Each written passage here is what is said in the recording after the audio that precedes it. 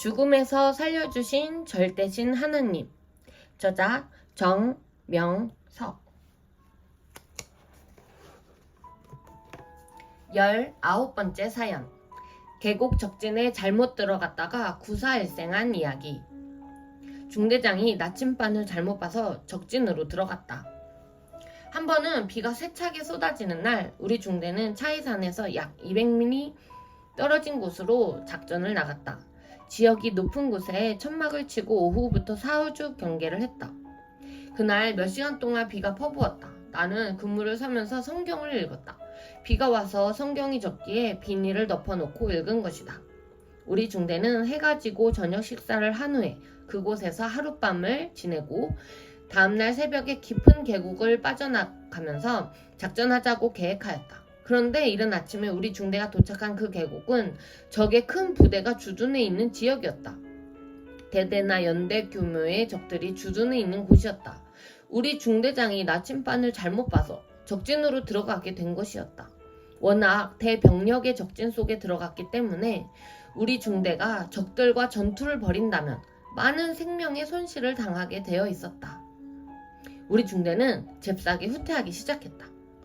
우리 중대는 다시 되돌아 산으로 올라가지 않고 계속 계곡을 내려가면서 빠져나가기로 했다. 이때 앞서가던 우리 천병대원이 큰 냇물이 흐르는 계곡에서 고기를 잡아 씻고 있는 적 2명을 발견하고는 먼저 총을 쏴서 적을 죽이고 말았다. 총소리가 나니 곧이어 건너편에서 호각 부는 소리가 들리며 적의 대병력이 움직이기 시작했다. 한국군이 진지에 쳐들어오는 줄 알고 공격하려 모두 나오는 상황들이었다.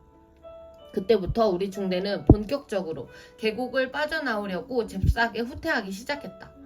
바위 절벽 높이 3-4m를 과감하게 뛰어내리면서 급히 뛰어 계곡을 내려왔다. 곳곳에 배치된 보초병들이 있었는데 그들은 우리를 보고 놀란 듯 흘끔흘끔 쳐다보기만 했다. 또 일부 베트콩들은 우리 옆의 길로 반대로 올라가고 있었다. 그들은 영문도 모른 채 우리 중대 병력이 비호같이 내려가는 모습을 보고 놀라 총을 감히 겨누지도 못하는 것 같았다. 순간 당황하여 상황 판단을 못해서다. 참으로 서로 당황한 순간의 모습들이었다. 우리도 뛰어내려가느라 누가 먼저 공격할 겨를이 없었다. 모두 도망가기에 바빴기 때문이다. 나는 계곡의 바위를 뛰어내릴 때마다 입으로 예수님을 불러대며 모두 사고 안 나게 해달라고 기도했다. 적은 내 옆에서 총을 들고 쏘려고만 하지 막상 쏘지는 못하고 몸만 쳐다보고 있었다. 그들은 외곽 보초를 서고 있는 자들로서 적은 병력이었다. 하나님이 그들의 상황을 흩뜨려 놓았기에 죽을 고비에서 우리도 살고 그들도 산 것이다. 그들이 상황 판단을 제대로 하고 도망가는 우리들을 쐈으면 많이 죽었다. 전투를 하게 되면 서로 생명의 피해가 커지는 것이다. 그때는 우리가 그 자리를 뜨는 것이 작전이었다. 뒤에서 적의 본대가 움직이는 것을 보았기 때문이다. 그러므로 무작정 비호같이 계곡을 따라 내려오면서 그 자리를 벗어난 것이다. 그렇게 우리 중대는 적들 사이를 뚫고 3시간 동안 뛰어 계곡에서 개활지로 빠져나와 한 작은 산봉우리에 이르렀다. 작전 성공이었다.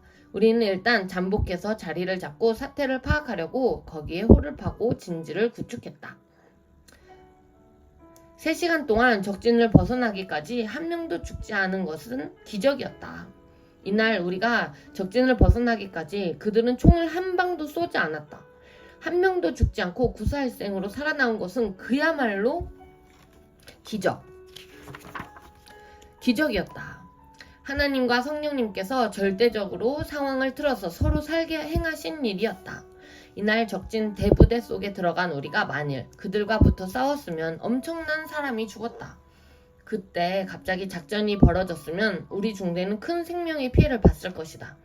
하나님과 성령님은 그들을 피하게 우리를 인도하셔서 우리 중대에 많은 생명이 죽을 뻔했는데 살게 해주셨다. 그 후에 알게 된 일이지만 그들은 일개 대대 정도의 규모를 가진 부대로서 그 지역에 완벽하게 주둔하고 있었던 것이다. 대대하면 병사들이 600에서 700명 된다. 그들이 자리를 잡고 있는 곳에는 홀을 파서 진지를 다 구축해 놓고 있기 때문에 우리는 싸우게 되면 아주 불리했다. 당할 수밖에 없는 곳이었다. 우리가 실수로 지역을 잘못 보고 적진 속으로 깊이 들어갔는데도 하나님은 우리와 함께 해주셔서 적들이 공격하지 않게 하시며 결국 양쪽 다 죽지 않게 보호해 주신 것이다. 이날 많은 병력이 내려와 작전을 했으면 어마어마한 큰 전투가 벌어져 분명 피바다가 되었을 날이다. 도망쳐서 구사일생으로 우리 중대가 살았다. 다시 생각해도 끔찍하고 충격적인 날이었다.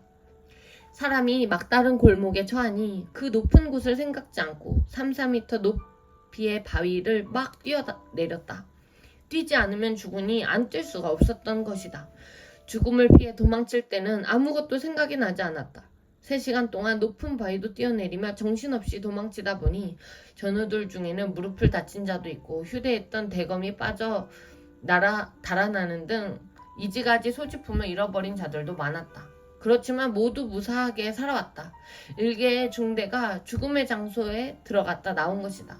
중대장을 비롯해서 우리 모두는 오늘 사자굴에 들어갔다 나왔다 라고 말들 했다. 가장 치열하게 싸우다 비명의 날을 맞을 뻔했다. 3시간 이상을 급히 뛰고 달려 겨우 저기 주둔한 계곡을 빠져나올 수 있었다. 하나님과 성령님이 우리 편이 되셔서 구해주시고 적들도 하늘 입장에서 볼 때는 적이 아니니 서로 죽음을 피하게 하신 것이다. 전쟁은 잔인했다. 사랑과 평화로 해야만 서로 천국이 된다. 베트남에 있을 때 이같이 일개 중대가 놀라서 도망친 일은 한 번밖에 없었다. 이날은 상황 판단을 하기로 일단 피하는 것이 작전을 성공하는 길이었던 것이다. 그 계곡은 물이 엄청나게 흐르는 골짜기였다. 그만큼 큰 계곡이었던 것이다. 장마철이 아니어도 물이 엄청나게 흘러내려가고 있었다. 베트남은 밀림이 엄청나기 때문에 계곡에 물이 항상 많이 내려간다. 앞에 사람에게 왜 그렇게 상황을 확인도 않고 고기 잡아 씻고 있는 자를 먼저 쏴주겠냐 하니 적이 쳐다봤다. 그들이 총을 옆에 끼고 쏘려고 하기에 내가 먼저 쏘았다 하였다. 전쟁터에서는 먼저 본 자가 쏜다. 그래야 자기가 살기 때문이다. 전쟁은 잔인하고 무섭다. 전쟁터에서 싸우는 군인들은 적군이 아니군이나 언제 죽을지 모르는 운명이다. 그래서 항상 정신이 멍하다. 죽는 자들을 늘 자주 보기 때문이다. 자기도 저같이 죽을 것을 아니까. 어느 때는 그걸 잊으려고 술도 먹고 애인들에게 편지도 쓴다. 작전에서 적과 교전하며 한창 싸울 때는 죽음의 공포와 두려움뿐이다. 그러니 하나님을 부르며 전쟁한다. 전쟁을 치르고 나면 모두 제정신이 아니다. 전쟁 중에 항상 두려움과 공포 속에서 지냈기에 전쟁터를 벗어나도 꿈속에서 적들과 싸우고 있어 자면서도 소리를 지른다. 그러므로 전쟁은 하지 말아야 한다. 하나님은 그렇게 싸우지 말라고 해도 사람끼리 한번 싸움이 붙어서 서로 악심이 생기면 분노를 못 참으니 서로 총을 쏘며 포탄을 터뜨리며 싸우는 것이다. 지구촌에 큰 전쟁은 없어졌지만 지금도 싸움을 하는 나라가 있다. 2022년 올해 러시아가 침공해서 러시아 우크라이나 전쟁이 일어났다. 이는 사람을 죽이는 전쟁이다. 사람을 죽여야 땅도 뺏고 물질도 뺏고 자기들이 원하는 대로 하기 때문이다. 하지만 역시 전쟁은 하나님께 달려있다. 생명도 하나님께 달려있다. 우리가 볼 때는 적이지만 하나님이 보실 때 다 적은 아니다. 전지전능하신 하나님은 부모같이 모든 세상을 살펴주시는데 마치 형제끼리 싸우듯 각 민족끼리 싸우고 전쟁을 하는 것이다. 항상 사람끼리 싸운다. 싸움이 없는 곳이 천국이다. 가정, 민족, 세계, 그리고 종교들 간에도 전쟁 없이 평화의 역사를 이루는 것이 모두가 사는 길임을 더욱 깨달아야 되겠다. 사랑과 평화로 해야만 서로 천국이 되는 것이다. 나는 50년 전에 베트남 전쟁을 치렀지만 지금도 생각하면 그때의 광경이 눈에 선하여 머리가 찡하다. 수많은 죽음에서 하나님이 살려주셨기 때문에 고마워서 이 글을 쓴다. 글로 만인에게 전하여 읽는 자들 모두 하나님이 살려주셨다는 것을 깨우쳐 주라고 하나님이 나에게 말씀하셔서 이 책을 쓴 것이다.